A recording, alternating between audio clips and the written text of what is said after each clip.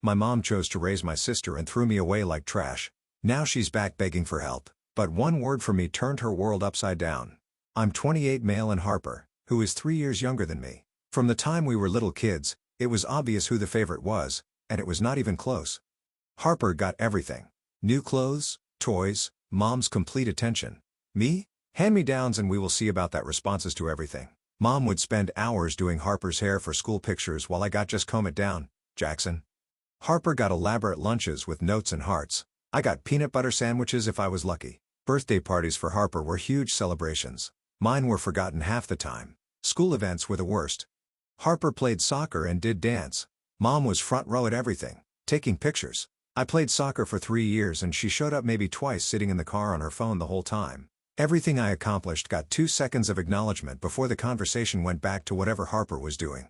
My dad, Robert, tried to balance things out when he was around, but he worked construction and had health problems getting worse. High blood pressure, stress, the usual stuff that kills working guys early. When he was home, he would actually pay attention to me and help with homework. But Mom barely looked at me unless I was in trouble. The excuses were always the same. Harper needs more help because she is younger or Jackson is more independent. Yeah, I was independent because you forced me to be. 6-year-old me making breakfast was not advanced life skills. It was neglect. But here is where everything really went to hell. When I turned 12, Dad had a massive heart attack at work, just dropped dead on a construction site. One day he is making bad jokes at dinner. The next day he is gone forever. That was the end of any stability our house had. Mom completely fell apart.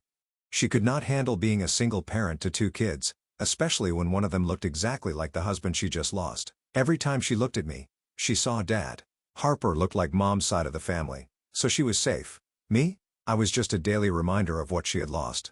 That is when Mom came up with her brilliant solution. She would take Harper and move to Canada where her sister lived, and I would go stay with Dad's sister, Patricia. The way she explained it made it sound temporary, just until I get back on my feet. And Patricia loves having you around anyway.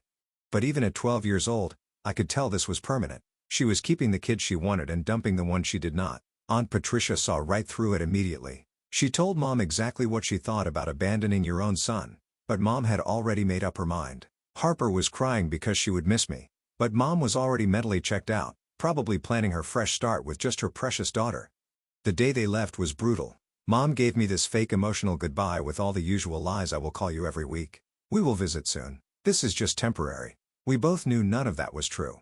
She wanted a clean slate with Harper, and I was baggage she could not wait to dump. I remember standing in the driveway with Aunt Patricia, watching their car disappear around the corner. 12 years old, and my own mother basically told me I was not worth taking with her. Harper was waving from the back window like we were going on some fun adventure, completely clueless that this was goodbye forever. Mom's logic was simple. Take the easy kid who reminded her of good times, leave the difficult one who looked like her dead husband. Classic mom move right there. She could not deal with her own grief, so she just eliminated half the problem by abandoning one of her children. Aunt Patricia held me while I tried not to cry like a little kid. She was furious at Mom, but trying to stay calm for my sake. That woman has lost her damn mind, she kept muttering. Patricia had no kids of her own, and suddenly she was stuck raising her dead brother's abandoned son because his wife could not handle reality. The house felt completely different after they left. All of Harper's stuff was gone. Mom's bedroom was empty. Just me and Patricia figuring out how to make this work. She tried to keep things normal, but how do you explain to a 12-year-old that his mom chose his sister over him? Honestly though, getting dumped with Patricia turned out to be the best thing that ever happened to me, even if it did not feel like it at the time. Patricia was about 35 when she took me in. She worked as a nurse at the local hospital and had never been married or had kids of her own. She always said she was too busy with her career to settle down, but I think she just never found someone worth the hassle. She was tough as nails, but had this soft spot for family that Mom never appreciated. The first few weeks were weird as hell. I kept waiting for Mom to call and say she changed her mind, that she was coming back to get me. Patricia would catch me staring at the phone or checking the mailbox for letters that never came. She never said anything directly, but I could tell she was pissed at Mom for what she had done. The biggest change was how Patricia actually paid attention to what I was doing. She would ask real questions about school, got me a tutor when I was behind in math, cooked actual meals instead of throwing whatever was easiest at me. She came to my soccer games and watched instead of sitting in the car on her phone. Basic parenting stuff that Mom never bothered with. But here is where things got really messed up with the phone calls from Canada. At first, Mom would call every couple of weeks, and these conversations were painful as hell. She would start with this fake cheerful voice asking how I was doing. But you could tell she was just going through the motions, like, she had some kind of weekly reminder on her calendar to check on her abandoned son. The worst part was listening to her go on and on about Harper's amazing new life. Harper made the soccer team at her new school. Harper got invited to 3 birthday parties this month. Harper's teacher says she is the smartest kid in her class. Every call was basically a highlight reel of my sister's Canadian adventure while I am sitting there like some kind of consolation prize. Harper would get on the phone sometimes, and these conversations were awkward as hell. What do you say to a sister you barely know anymore? She would tell me about her new friends like I was supposed to be excited for her. We went to this awesome mall yesterday, and there is this restaurant that serves the best poutine. Cool, Harper. Glad you are living it up while Mom dumped me with a relative. Patricia would answer the phone sometimes when Mom called, and those conversations were ice cold. He is fine. He is doing well in school. Yes, he is eating enough. Patricia never said anything directly mean, but you could tell she had zero respect for Mom after what she had pulled. I would hear her muttering under her breath after hanging up, "That woman has some nerve checking in like she actually cares." The calls started getting further apart as months went by. Every couple of weeks turned into once a month, then every few months. You could tell Mom was getting more comfortable with her new life, and I was becoming less of a priority. Harper would mention new friends, new activities, how much she loved her new school. Meanwhile, I am basically an afterthought in my own family. The most insulting part was when Mom would ask Patricia how I was doing instead of asking me directly like I was some kind of pet she dropped off for boarding. Is Jackson eating well? Is he keeping his grades up? Questions she could have asked me if she actually wanted to maintain a relationship. Then Mom stopped calling completely. No explanation. No goodbye. Just silence. Patricia and I figured out later that she had changed phone numbers and did not bother giving us the new one. That is when I knew for sure that I was officially written out of their story. Patricia never said, "I told you so," but we both knew this was always going to happen. Mom had gotten her fresh start with her favorite child and did not need the complication of her abandoned son anymore. The calls had just been guilt management, and once the guilt faded, so did any pretense of caring about me. Looking back, those phone calls were almost worse than being abandoned in the first place. At least when she left, it was honest. The fake check-ins were just cruel reminders that I was not worth real effort. Just occasional lip service to make herself feel better about what she had done. College was the first time I really felt free. Patricia helped me get into a decent state school a couple of hours away. And once I got there, it felt like I could finally breathe. No one knew about my messed up family. No pity looks. No awkward questions. I studied business and computer science, Patricia's idea, something useful. Worked part-time, took out loans, and made friends who actually felt like family. By junior year, I was freelancing websites and realizing I might be able to turn this into a real career. Meanwhile, I had not heard from Mom or Harper in years. Maybe a sad Christmas card once, but that was it. After graduation, I moved back closer to Patricia, stayed in her spare room while job hunting. She never made me feel like a burden, just kept reminding me I would figure it out. Eventually, I landed a job at a tech company doing sales support and started climbing from there. Around that time, I met Sarah at a conference, total opposite of the chaos I came from. Smart, grounded, came from a family that actually liked each other. I told her the whole story eventually. She was shocked, but she got it, and for the first time, I felt seen. We got married a couple of years later. That should have been the end of the story. Jackson overcomes shitty childhood, builds successful life with people who actually care about him, lives happily ever after. But that is when this whole nightmare started all over again, because apparently Mom decided I was worth talking to again. I am sitting at home on a Saturday morning, having coffee with Sarah when my phone rings. Unknown number. I almost did not answer because who calls anymore, right? But something made me pick up. Big mistake. It was Mom. After years of complete silence, this woman just calls out of the blue like we talk every week. "Jackson, it is Mom. Oh, honey. It is so good to hear your voice. How are you doing?" The fake enthusiasm in her voice was nauseating. Sarah saw my face during the call and knew immediately something was wrong. She sat there watching me get more and more tense as Mom did this weird dance around what she actually wanted. 20 minutes of surface-level questions about my business, my marriage, how things were going. All the stuff she should have cared about years ago, but could not be bothered with when I was actually struggling. She had clearly been fishing for information about my success through Patricia. Probably calling her up pretending to care about family news when really she was checking if I had money yet. Finally, Mom got to the real point. Turns out she had moved back here a few months ago, leaving her Canadian dream behind for reasons she did not really explain. Probably could not afford it anymore. Harper was in college now and apparently struggling with tuition costs. Mom was working some retail job trying to make ends meet and wanted me to help out financially. The thing is, Jackson, Harper really needs help with her tuition costs. She is your sister after all. The number she threw out was insane. $15,000 a year for tuition. Harper had 2 years left, $30 total. This woman who has not spoken to me in years wanted me to drop $30,000 on a sister I barely know for college expenses that are not my responsibility. She started laying on the guilt thick immediately. Harper was family. I was doing so well. Dad would have wanted me to help my sister. All the classic manipulation tactics from someone who abandoned me the second things got difficult. Your father would have wanted you to help your sister, she said, playing the dead dad card. Really bringing out the big guns for this guilt trip? I told her straight up that Harper was basically a stranger to me after years of zero contact. Mom tried to claim Harper asked about me all the time and would love to reconnect with her big brother. Complete bullshit. If Harper cared about reconnecting, she could have called me herself anytime in the last decade. Mom, I have not talked to Harper in years. She is basically a stranger to me. Oh, honey. That is not true. She asks about you all the time. When I pointed out that Harper was not around when I was struggling through college, working multiple jobs just to pay rent, building my business from nothing, Mom got defensive, started making excuses about living in Canada, and things being complicated like geography prevented them from picking up a phone for 15 years. That is when her tone shifted from fake sweet to full manipulation mode. She did her best to raise 2 children after Dad died. Maybe she made some mistakes, but Harper should not suffer because of that. The classic narcissist move, making herself the victim while demanding I fix problems she created. The most insulting part was when she tried to take credit for my success. You turned out fine. Look how successful you are. Maybe things worked out for the best. This woman actually tried to spin abandoning me as some kind of master plan for my personal development. I shut that down real quick. I turned out fine because Patricia raised me, not because of anything Mom did. Sarah was watching this whole conversation unfold and getting pissed on my behalf. She knew the whole story about Mom abandoning me and could see exactly what was happening. Having her support made it easier to stay calm while Mom tried every guilt trip in the book.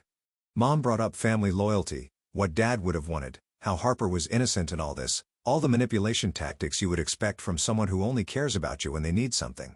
She even had the nerve to blame me for not maintaining a relationship with Harper. Like I was the one who moved to another country and stopped calling. When I told her I was not giving her $30,000 for someone I do not even know, she completely lost. It started screaming about how Harper was my sister and family helps family.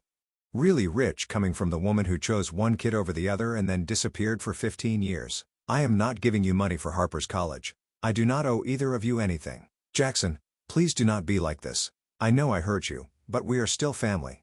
I made it crystal clear that Patricia is my family. Sarah is my family. Mom and Harper are strangers who share some DNA with me and that is it. The conversation was getting nowhere with her trying different angles and me shutting them all down. But wait, there is more. The money grab was not the only reason for the call. I am getting married in a few months to a wonderful man named David. We have decided to settle here actually, closer to family. I was hoping you would come to the wedding. The audacity was actually impressive. Hit me up for $30 and then invite me to celebrate her new life like we are close family. I am not coming to your wedding, Mom. She tried the whole it would mean so much to me routine, but I was not buying it. If having both her children at her wedding was so important, maybe she should have thought about that before choosing one child over the other 15 years ago. Sarah immediately hugged me after I hung up and said what we were both thinking. That woman has some serious nerve. $30,000 and a wedding invitation after abandoning you. The level of entitlement was off the charts. The whole call confirmed everything I already knew about Mom. She is selfish, manipulative, and only cares about me when she needs something. The fact that she thought I would just hand over $30 to someone I have not talked to in years shows how completely out of touch she is with reality. She probably figured successful people are supposed to help their family and did not see any problem with her logic. Never mind that she wrote me out of the family when it was convenient for her. Now that there is money involved, suddenly I am family again and have obligations. Patricia called me later that day asking if Mom had reached out. Turns out Mom had been pumping her for information about my business and financial situation for weeks before making the call. Patricia was furious that Mom was trying to use her as a source of intelligence for her money grab scheme. That woman abandoned you and now she wants your money, Patricia said. The nerve of some people never ceases to amaze me. Sarah and I talked about it that night and she was still shaking her head at the whole situation. She comes from a normal family where people actually care about each other without ulterior motives. So Mom's behavior was shocking to her, but she was proud of me for standing my ground and not falling for the guilt trip. I thought that would be the end of it. Mom tried her shot, got shut down. Hopefully, She would get the message and leave me alone. But I was wrong about that. This woman does not take no for an answer when there is money on the line. The phone call was just the opening move in what would become a full-scale campaign to guilt me into paying for Harper's college and attending her wedding. And it was about to get a lot worse because this woman does not understand the word no, especially when there is money involved. The calls started coming every few days after that. Different times, different approaches, but always the same basic agenda. Money for Harper's college and attendance at her wedding. Mom had apparently decided that my initial rejection was just me being stubborn and that enough persistence would wear me down eventually. Then Mom got creative. She started calling my business line during work hours, thinking maybe she could catch me off guard or embarrass me in front of clients. I had to explain to my assistant that if anyone claiming to be my mother called, she should take a message and not put the call through. Really professional. Having to blacklist your own family from your workplace. The voicemails were something else. At first, they were these long guilt trips about family responsibility and how disappointed Dad would be if he could see me now. Then they escalated to straight-up demands. Mom telling me she expected the money for Harper's tuition by a certain date and that she had already told people I was coming to the wedding. The entitlement was unreal. This woman had convinced herself that I owed her these things and was getting genuinely angry that I was not complying. Like I was some kind of rebellious employee instead of an adult man who did not want anything to do with her. Patricia got dragged more into it. Mom started calling her, trying to get her to convince me to help out. Patricia shut that down immediately and told Mom exactly what she thought about the whole situation. According to Patricia, Mom tried to claim that she had sacrificed so much for her children and deserved better treatment from me. That woman has completely lost touch with reality, Patricia told me. After one of these calls, she actually tried to tell me that leaving you with me was some kind of gift to you, like she was doing you a favor by abandoning her own child. The manipulation tactics kept evolving too. Mom would call crying about how Harper was struggling and might have to drop out of college without help. Then she would switch to anger about how selfish I was being. Then back to guilt about family obligations and what Dad would want. Sarah was getting fed up with the whole thing and suggested we just change our phone number, but I was stubborn about it. This was my number, my life, and I was not going to let Mom force me to change anything. Plus, I wanted her to waste her time and energy on calls that went nowhere. But here is where it got really pathetic. Mom started trying to get other family members involved in pressuring me. Distant relatives I barely knew started calling to mediate between us. Cousins I had not talked to in years suddenly reaching out to tell me I should give Mom a chance. These people did not know the full story. Obviously, Mom had fed them some version where she was the grieving widow who did her best and I was the ungrateful son holding grudges. They would call with this concerned tone, asking if maybe I could find it in my heart to forgive past mistakes and help my sister. I had to explain to each of them exactly what Mom had done. How she abandoned me after Dad died, took Harper to Canada, basically erased me from their lives for 15 years. Most of them were shocked because Mom had obviously left out those details when recruiting them for her guilt campaign. My cousin Danny was one of the few who already knew the real story. He called not to pressure me, but to warn me that Mom was going around telling people I was being cruel to Harper trying to make it sound like I was punishing an innocent girl for Mom's mistakes instead of just refusing to pay for a stranger's education.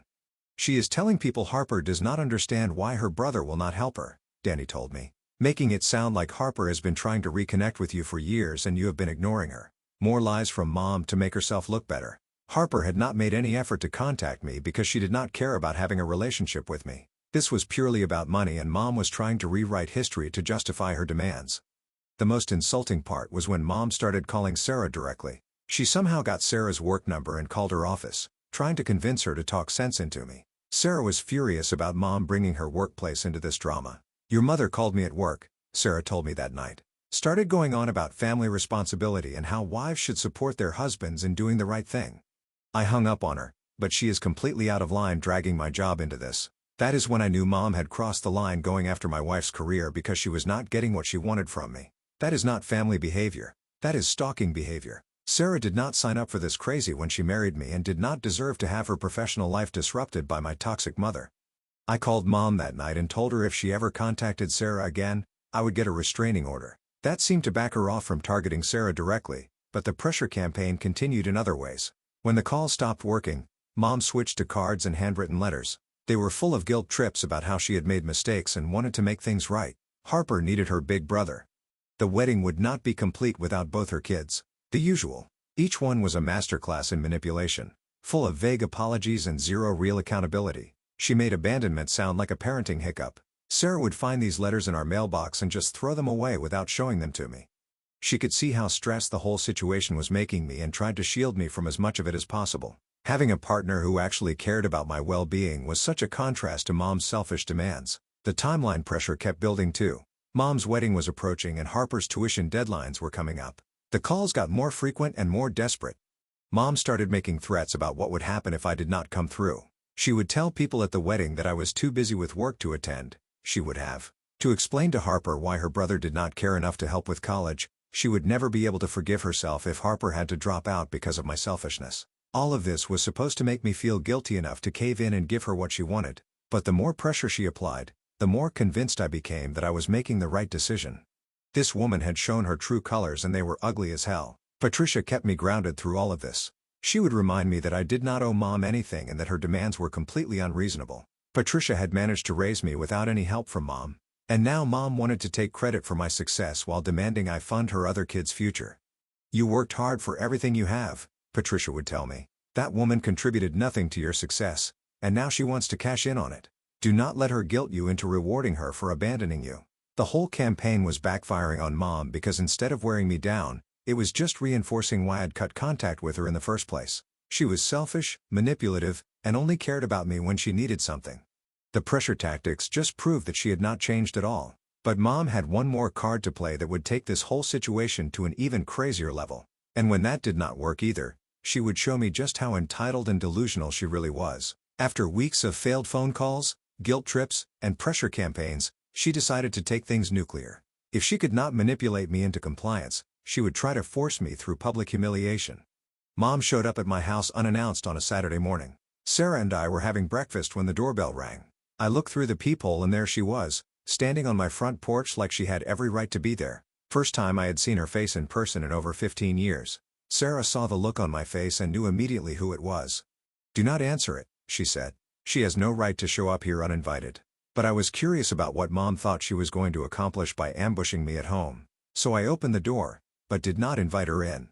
Just stood there in the doorway, looking at this woman who had abandoned me and was now trying to guilt-trip me into funding her life.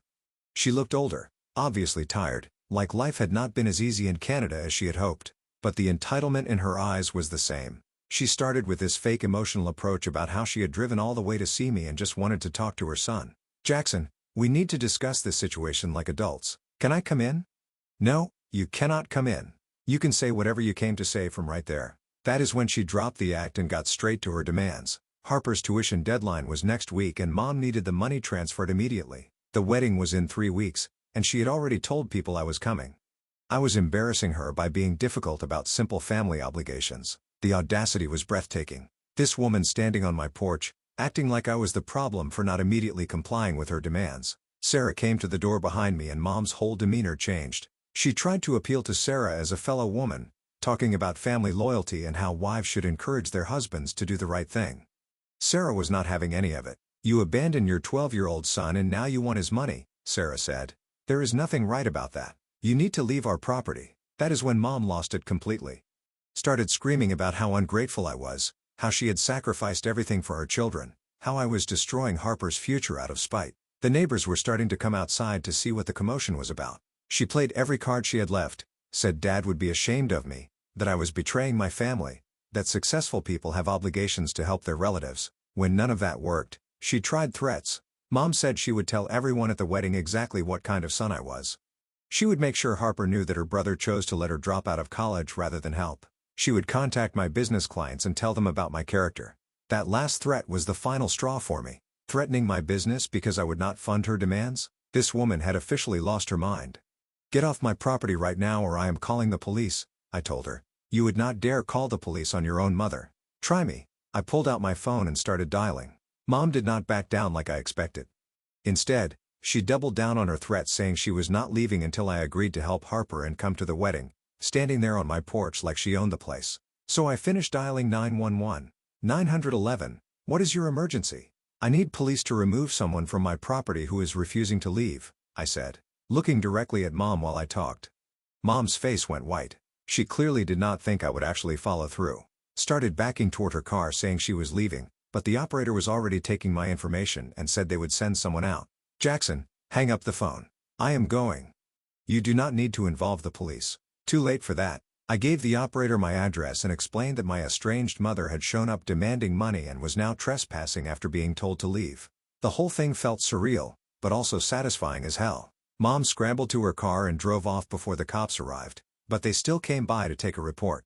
Professional guys who understood the situation immediately when I explained the background. They said showing up at someone's house demanding money could be considered harassment, especially with the threats she had made. One of the officers suggested filing for a restraining order if she contacted us again. Said they see this kind of family financial abuse more often than people think, and the law does not care if the person harassing you is related to you. Family or not, she does not have the right to show up at your house making demands and threats, the officer told me. Document everything in case you need to take legal action. After she left, Sarah and I just sat there for a while processing what had happened. This woman had driven to our house to demand money and threaten us when we refused. The level of entitlement was honestly impressive and how completely insane it was. That woman is certifiably crazy, Sarah said. Who shows up at someone's house demanding $30,000? Just when I thought she could not get more ridiculous, I got a certified letter in the mail. It was from some bottom-barrel lawyer on her behalf, full of legal-sounding fluff accusing me of emotional abandonment and failure to provide family support. Yeah, apparently, I am now responsible for Harper's college because I turned out successful. She actually tried to claim I owed her money because she raised me, which she did not, Patricia did. And because Harper's emotional well-being was suffering from my refusal to help. No actual case. No court filing. Just one big guilt trip printed on legal letterhead. Luckily, my buddy is a real lawyer and tore it apart in 5 minutes flat. His words, "This is junk mail in a suit." We sent back a short reply basically saying, Jackson owes nothing. Any more of this and we will pursue legal action for harassment. She has not filed anything. Obviously, it was all scare tactics, but the fact that she tried to strong-arm me with fake legal pressure after years of silence just confirmed everything I already knew. She does not want a son. She wants a checkbook. Sarah and Patricia both laughed when they read it. Patricia said, "She abandoned you then tried to invoice you. That is a new level of entitled. If she thinks that is going to work, she is way more out of touch than I thought." We decided right then that if Mom contacted us again in any way, we were getting a restraining order. Her showing up at our house crossed the line from annoying family drama to actual harassment. But, of course, Mom was not done. A few days later, 2 of my clients called asking about family issues they had heard about. Turns out Mom had somehow tracked down their contact info and called them, claiming I was heartlessly refusing to help my brilliant sister stay in college. She made me sound like some selfish monster who abandoned his family. Luckily, both clients are professionals and were not buying it. They were more confused than judgmental. I told them the truth. Mom left me at 12, vanished for 15 years and now suddenly wants money. One of them said it best, "She wants you to pay for someone you have not talked to in a decade." That is insane.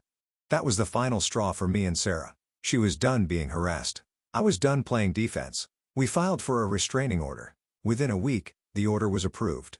She is legally banned from contacting me, Sarah, or showing up at our home or work. If she tries anything else, she is getting hit with criminal charges. And honestly, that is the first time I felt actual peace since she came back into my life. The wedding came and went without me, obviously. Patricia told me later that Mom had called her the day before trying one last time to get me to attend. When Patricia told her I was not coming, Mom apparently broke down crying about how her special day was ruined. Good. Maybe having to explain to her new husband's family why her son did not attend her wedding gave her a taste of the consequences for her choices. Though knowing Mom, she probably just made up some story about me being difficult instead of admitting what she had done. About a week after the wedding, Harper called me. First time in 15 years. She was crying saying she did not understand why I would not help with college or what she did wrong. It was clear Mom had fed her a twisted version of events. Harper thought we had had some sort of relationship this whole time. Like, I suddenly cut her off out of nowhere. I told her the truth. Harper was shocked. "But Mom always talked about you," she said. "She said she was proud of you." Yeah. More lies to keep up appearances. "Harper, I am sorry, but we are basically strangers. I cannot fund college for someone I do not know just because we share DNA." She hung up crying. I have not heard from her or Mom since. And honestly, that is something the 2 of them will have to sort out. Not my job to clean up Mom's mess.